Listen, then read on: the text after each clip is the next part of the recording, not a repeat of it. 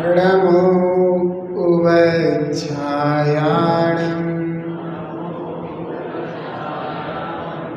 नमो लोये सर्वसारूढम्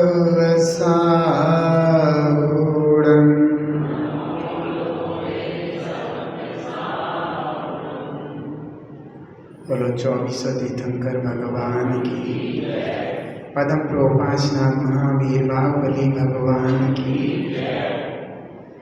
पंच परमेष्टि भगवान की, जिनवाणी माता की, गौतम गणधर देव की, आचार्य श्री कुंद स्वामी की, आचार्य श्री शांति सागर जी महामुनिराज की, आचार्य गुरुदेव श्री धर्मभूषण जी महामुनिराज की, आचार्य श्री सम्यक्त भूषण जी महामुनिराज की जय।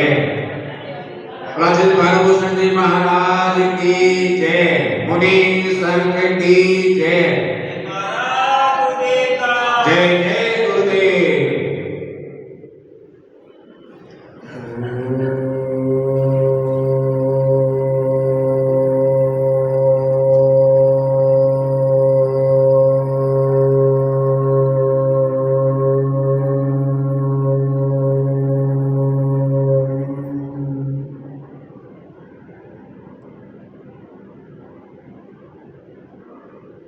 तीर्थंकर परमदेव अरिहंत भगवान ने अवक्ष 5 प्रकार के बताए हैं। जो खाने योग्य वस्तुएं हैं उन्हें भक्ष कहते हैं, और जो खाने योग्य वस्तुएं ना हों उन्हें अभक्ष कहते हैं। भगवान ने बताया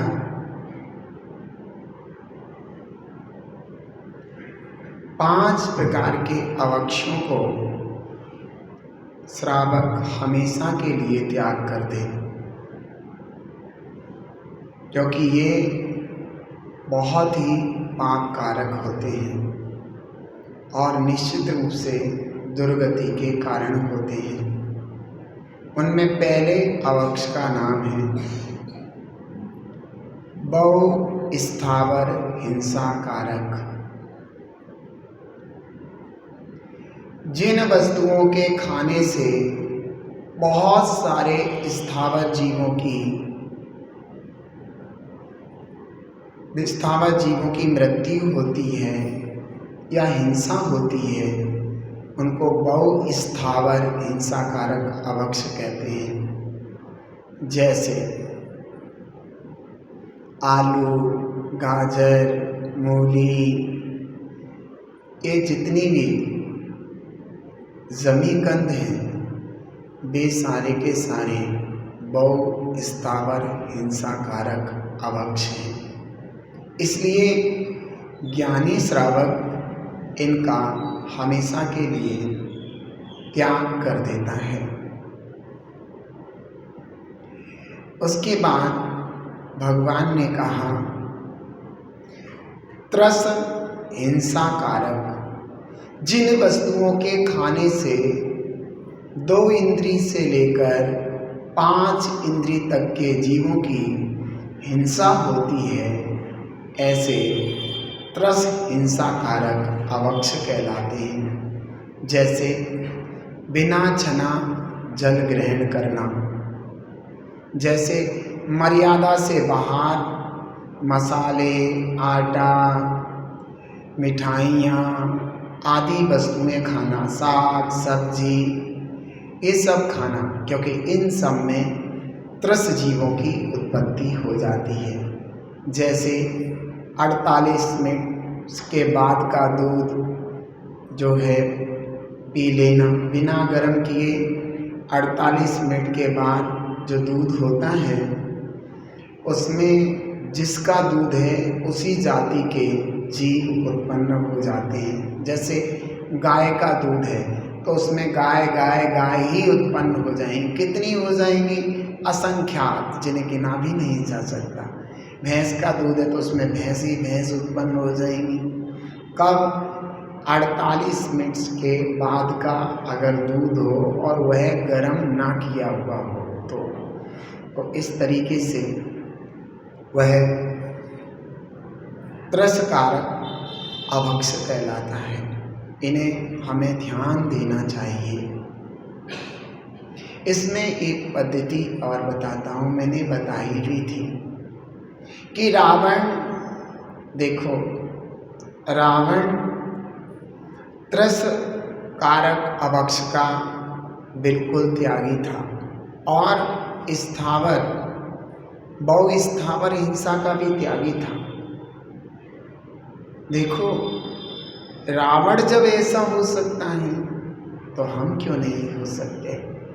हमको भी अस्थावर हिंसा कारक अभक्ष और त्रस हिंसा कारक अभक्ष का निश्चित रूप से त्याग कर देना चाहिए।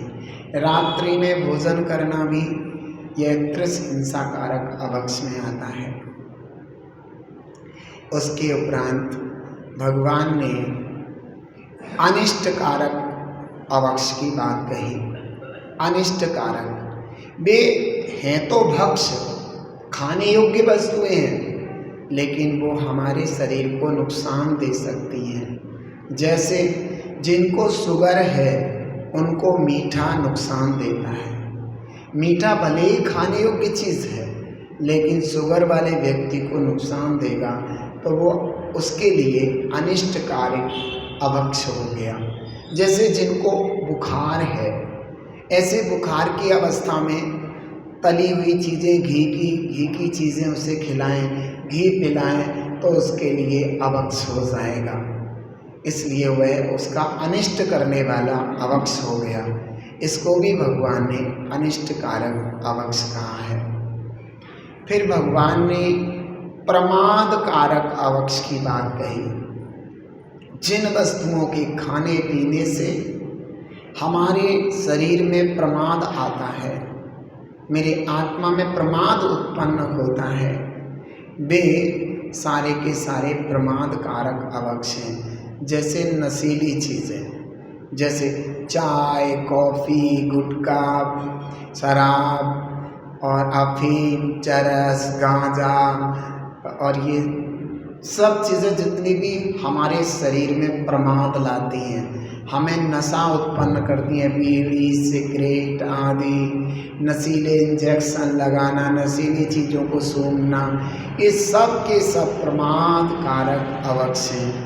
इनको खाने से भी दुर्गति, पीने से भी दुर्गति होती है जीव की। उसके उपरांत भगवान ने कहा कुछ अभक्ष ऐसे होते हैं जो अनुपसेव्य हैं, जो हमें सेवन करने योग्य नहीं हैं। जैसे लैट्रिन, पेशाब, मिट्टी, कचड़ा, कूड़ा, गंदगी, ये सब अनुपसेव्य हैं। इनके सेवन करने से हमारे अंदर लोग हमें निंदा के रूप से देखते हैं, हमारी निंदा करते हैं। देखो कैसा व्यक्ति है, लैट्रिन खा लेता है, कैसा व्यक्ति है, पेशाब पी लेता है, कैसा व्यक्ति ऐसा है। ये सब अभक्ष भगवान ने कहे और कहा जो इन अभक्ष का त्याग करके शुद्ध वस्तुओं को खाता पीता है वह श्रावक के योग्य है, और जो इन अभक्षों का सेवन करता है वो श्रावक के अयोग्य है और निश्चित रूप से दुर्गति का कारण बनेगा।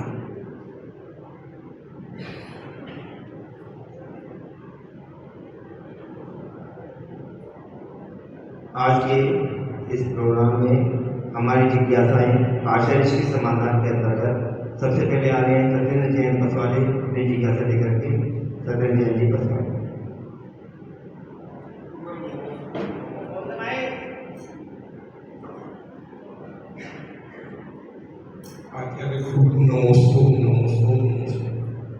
आचार्य, मेरी एक शंका है कि आजकल हमारे बहुत जिन मंदिर ऐसे हैं जो जीर्ण अवस्था में है, जबकि हम नए मंदिरों का भी निर्माण कर रहे हैं। आचार्य को मेरा ये पूछना है कि प्रायोरिटी पे, प्राथमिकता के आधार पर हमें पहले पुराने जिन मंदिरों का जीर्णोद्धार करना चाहिए, नए जिन मंदिर बनाने चाहिए। इसके साथ एक प्रश्न हो गया, जिन गाँव में हमारे नहीं है, हम वहाँ भी उन मंदिरों में प्रतिमाएं वगैरह विराजमान कर रहे हैं, जबकि उनकी प्रतिमाएं बाहर भेज दी गई थी। क्या ये उचित है कि नहीं महाराज जी? आपका प्रश्न बहुत ही उत्तम है, बहुत ही अच्छा प्रश्न है। देखो, दो चीज़ें होती हैं, एक नवीन मंदिर का निर्माण कराना और एक प्राचीन मंदिरों का जीर्णोद्धार करना, और एक तीसरी अवस्था आके खड़ी होती है कि जहाँ हमारा जैन समाज नहीं है वहाँ मंदिर बनवाना। ये तीन प्रश्न उपस्थित होते हैं। इनको हम एक एक करके अपनी बुद्धि के अनुसार हल करते हैं। पहली बात तो ये है कि कोई गांव नगर ऐसा है जहाँ पहले से प्राचीन मंदिर बना हुआ था। अगर उस गांव नगर या शहर में जो मंदिर है उस मंदिर से सैकड़ों लोगों की आस्थाएं जुड़ी हुई हैं, वह मंदिर उन लोगों के आस्था का प्रतीक है, उनके आस्था का घर है, लेकिन वहाँ कोई जैन समाज नहीं है, तो ऐसे मंदिरों का, चाहे भले ही जैन समाज ना हो, ऐसे मंदिरों का हमें जीर्णोद्धार कराना चाहिए, जिससे कि उन लोगों की आस्थाएं टूटे ना, उनकी भक्ति आस्थाएं वहाँ जुड़ी रहें। अब दूसरा, नवीन मंदिर और प्राचीन मंदिर, ये दोनों ही मंदिरों का निर्माण ज़रूरी होता है, क्योंकि प्राचीन मंदिर का निर्माण इसलिए ज़रूरी होता है जीर्णोद्धार, क्योंकि वो प्राचीन है, टूट जाएंगे, गिर जाएंगे, ज़्यादा चीड़ छीड़ हो जाएंगे, भगवान की अभिनय होगी वहाँ पर, जो है अब भी भगवान की अभिनय होती है, पानी आ जाता है, कुछ ऐसी चीज़ें होती हैं, तो उनका जीर्णोद्धार भी कराना बहुत ज़रूरी है।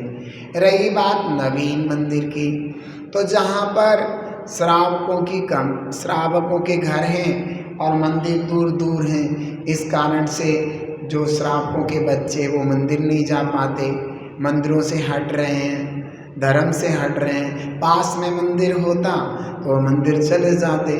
जैसे कि मैं मोदी नगर में गया था, मोदी नगर जो है पूरा रोड पर बसा हुआ है दूर दूर तक। वहाँ पर एक प्राचीन मंदिर पहले से था, और एक भी दूसरी कॉलोनी में एक और भी मंदिर था, तीसरी कॉलोनी में एक और भी चैत्यालय था।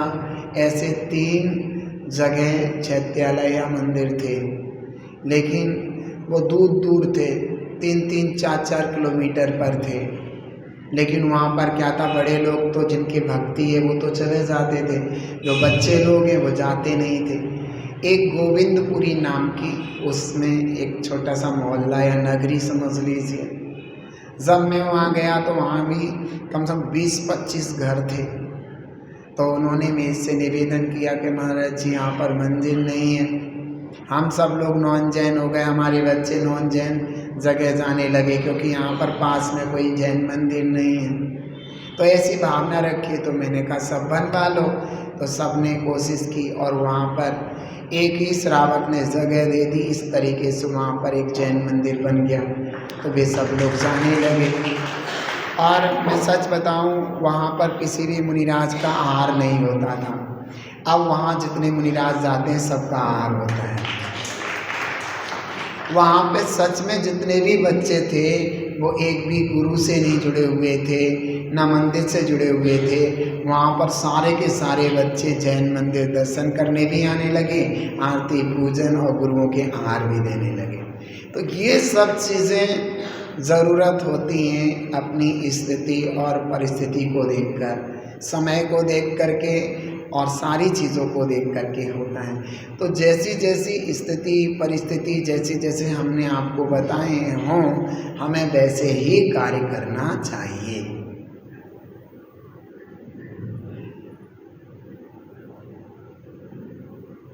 हमारी जिज्ञासाएं आचार्य श्री के समाधान के अंतर्गत दूसरे नंबर पर आ रहे हैं। सुशील जैन जैन नगर वाले अपनी जिज्ञासा लेकर के आचार्य श्री समाधान देंगे। सुशील जैन जी जैन।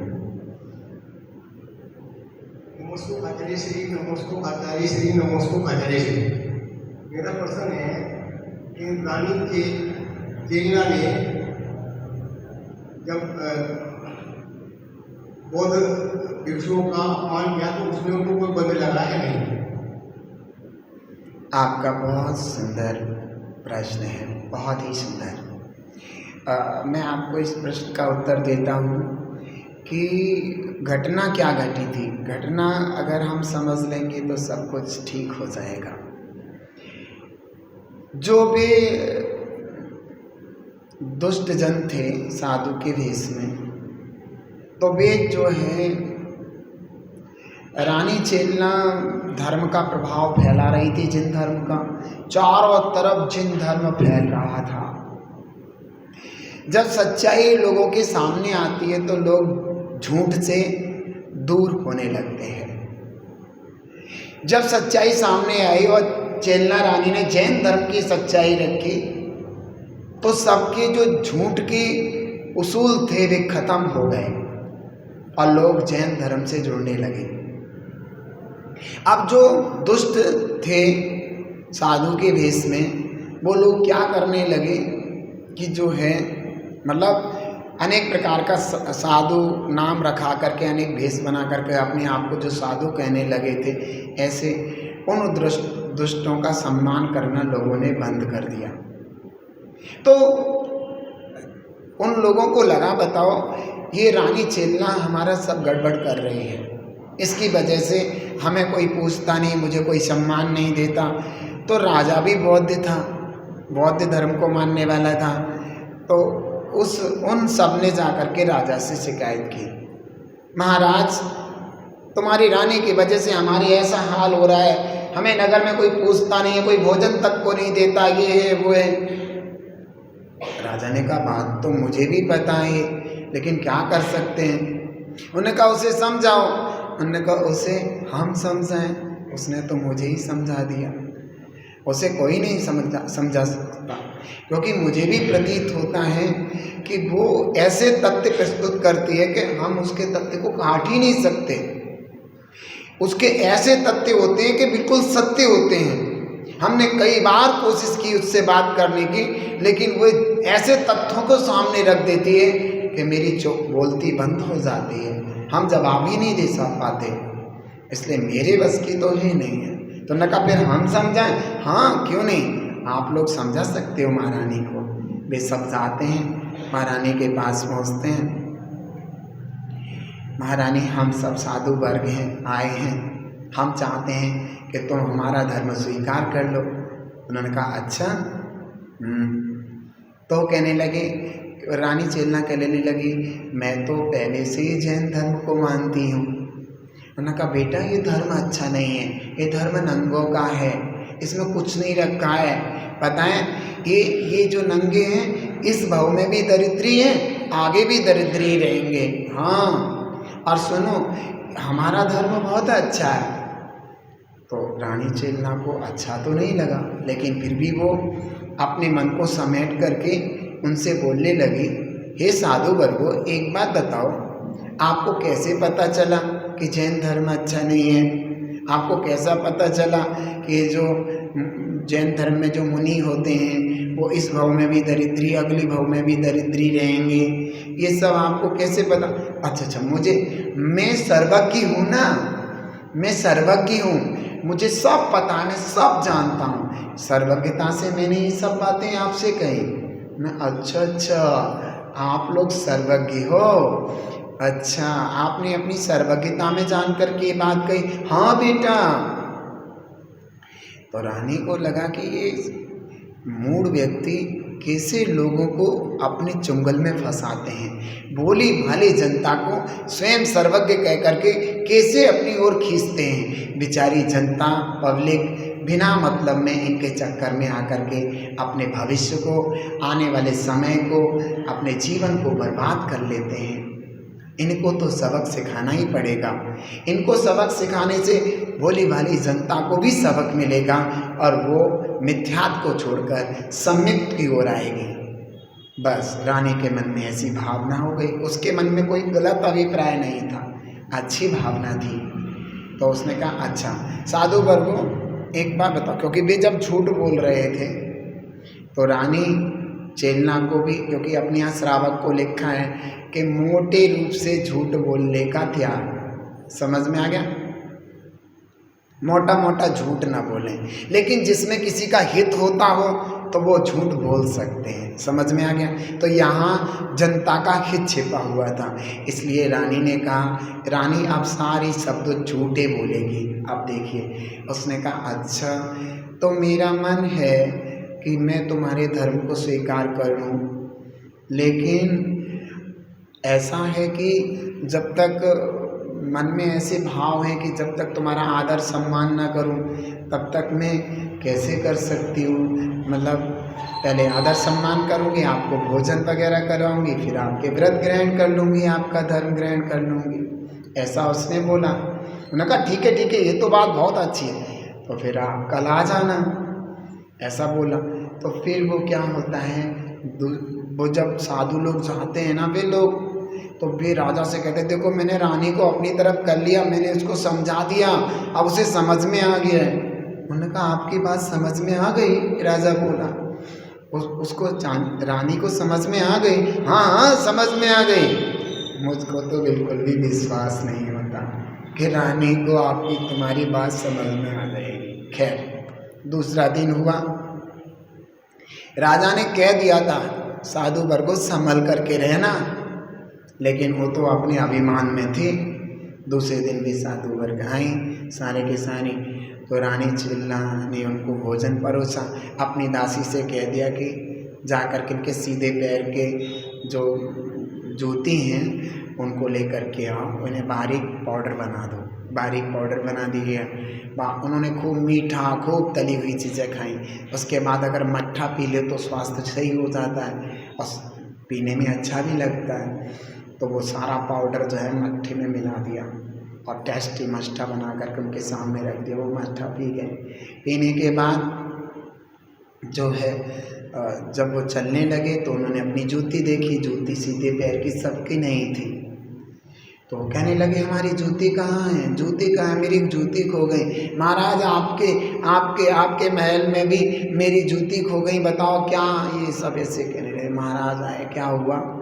उन्होंने कहा कि मेरी जूती नहीं है, सबकी सीधे सीधे पैर की जूती नहीं है। महाराज समझ गए ये काम तो हमारी महारानी चेलना का ही हो सकता है। उन्होंने आवाज़ लगाई, महारानी चेलना, महारानी चेलना, आप कहाँ हो? उपस्थिति, महाराज आपने मुझको याद किया? हाँ महारानी चेलना, मैंने आपको याद किया। कहिए महाराज हमारे लिए क्या आज्ञा है? महारानी चेलना, इन साधु वर्गों की सीधे पैर की एक एक जूती नहीं मिल रही। महाराज मैंने यही काम कर लिया है कि सबकी जूती का ध्यान रखूंगी। महारानी ऐसी बात मत करो, मैं जो कह रहा हूँ वह मानो।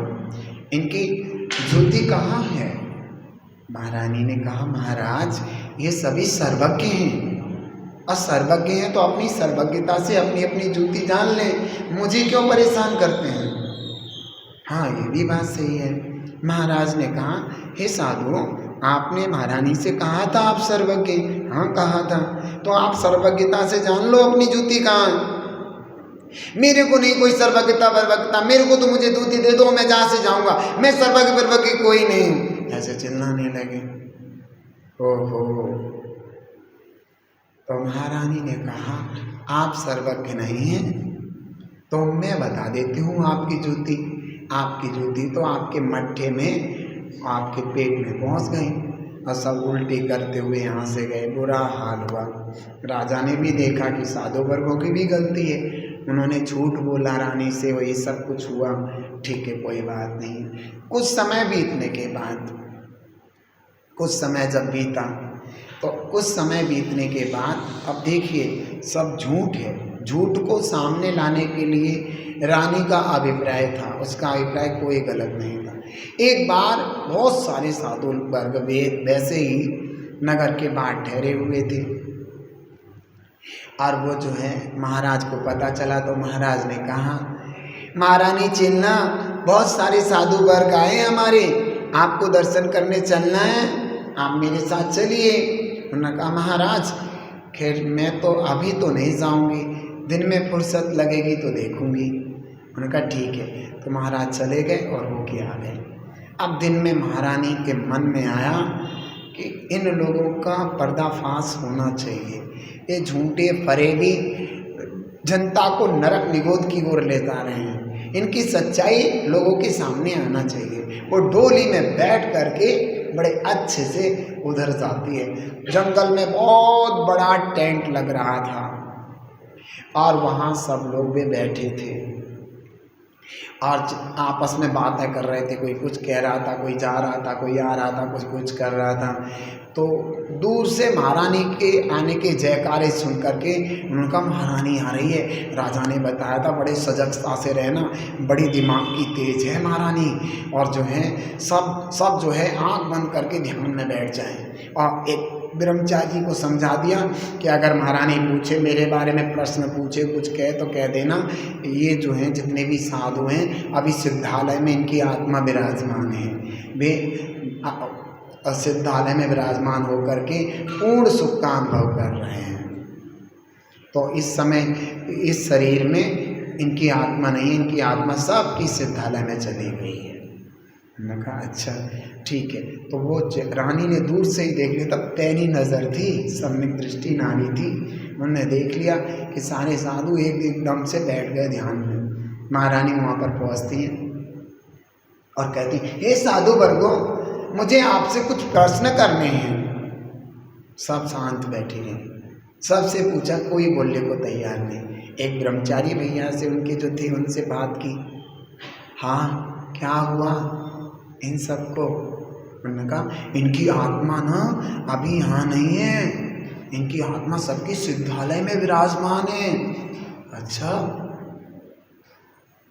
सिद्धालय में विराजमान है? हाँ। वहाँ क्या कर रही है? वहाँ पर सुख का भोग कर रही है, पूर्ण सुखी है। अच्छा ठीक है, कोई बात नहीं। महारानी चेन्ना ने एक माचिस ली और टेंट में आग लगा दी। टेंट में आग लगते ही हाहाकार मच गई, सारे के सारे उठ करके वहाँ से भाग गए। सारी जनता, जितनी भी चेन्ना के साथ जनता गई थी, अरे अभी तो कह रहे थे इनकी आत्मा सिद्धालय में विराजमान, आप डर के मारे सब भाग गए। कितना झूठ बोलते हैं, फरेब करते हैं मेरे साथ, ऐसा ही पहले से करते हैं, मुझे मिथ्यात्व में भरमाया इन्होंने। महारानी चेन्ना धन्य है जिसने मेरी आंखें खोल दी। ऐसे पूरे नगर की जनता कहने लगी, महारानी चेन्ना की जय, महारानी चेन्ना की जय, महारानी का सच्चे जैन धर्म की जय, ऐसे बोलने लगे। इतने सारे लोगों का श्रद्धा मजबूत हो गया। महारानी चेन्ना ये सब कुछ करके वापस आ रही थी। महाराज को पता चला, महाराज भी पूरे रोष में, गुस्से में वहां पर गए। बीच में ही महारानी मिल गई। महारानी, तुम्हें ये करना योग्य था, तुमने जो किया वो ठीक किया, तुम्हारा धर्म यही कहता है। मैं नहीं मानता तुम्हारे धर्म को, और न तुम्हें मानता, तुम ठीक नहीं हो। महाराज मेरी बात तो सुनो। मैं क्या सुनूं? तुमने क्या किया? ये अच्छा किया, ये उचित था। अगर तुम्हें मैं पसंद नहीं थे तो तुम वापिस आ जाती, लेकिन ये करना बिल्कुल भी योग्य नहीं थी। महाराज सुनिए तो मेरी बात भी सुनाओ, क्या कह रहे हो? मेरी बात भी सुनो महाराज। मैंने कोई भी गलत काम नहीं किया। गलत काम कैसे नहीं किया? महाराज सुनो तो सही, हमारी भी तो सुनो। हाँ सुनाओ। महाराज मैं एक छोटा सा दृष्टांत देती हूँ, दीजिए। महाराज एक सेठ सेठानी थे, उनके एक पुत्री थी। फिर क्या हुआ?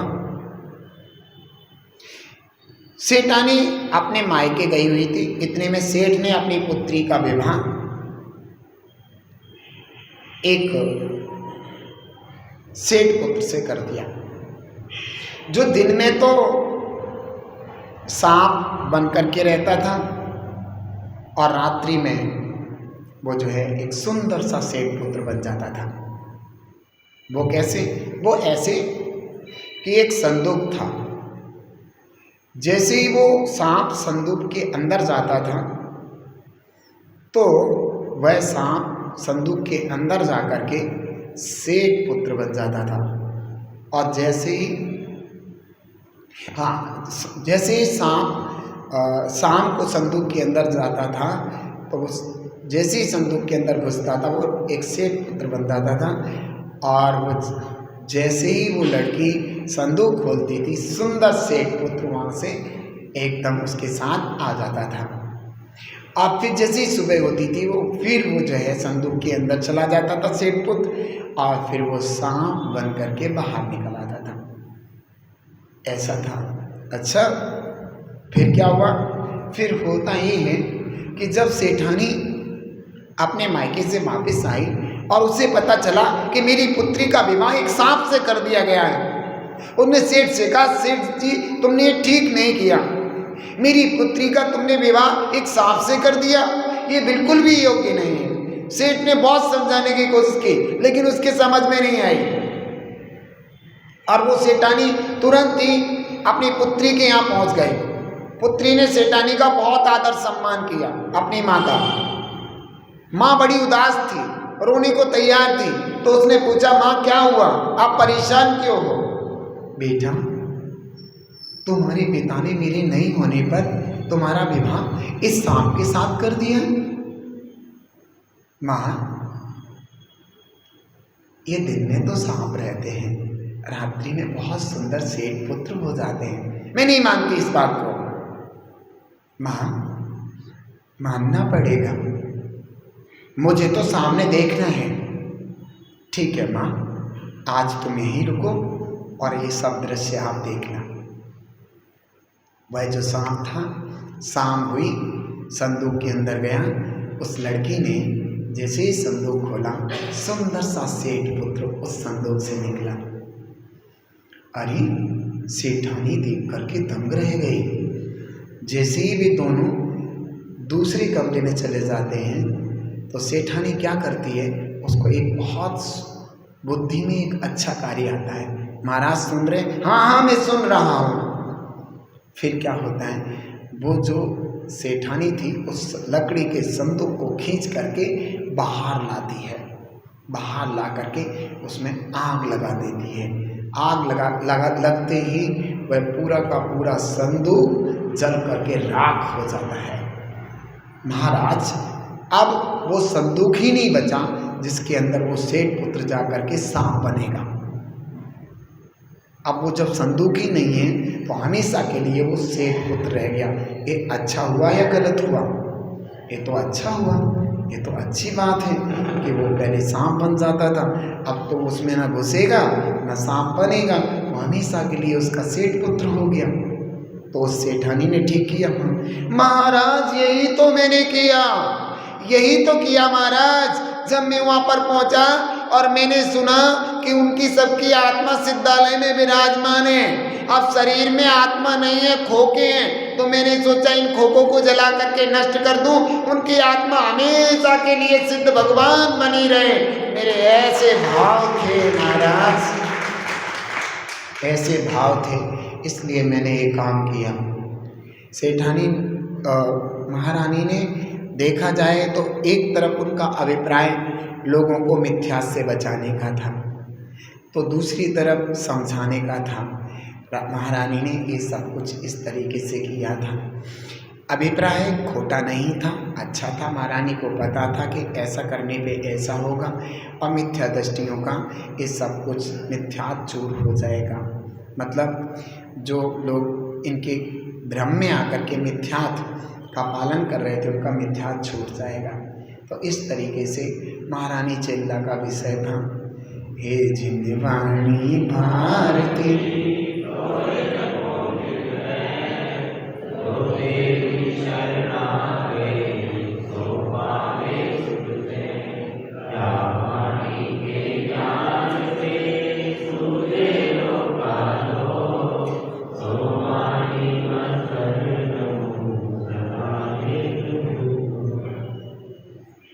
बड़ौदा संगमणि जिनवाणी माता की 9 बार नमो।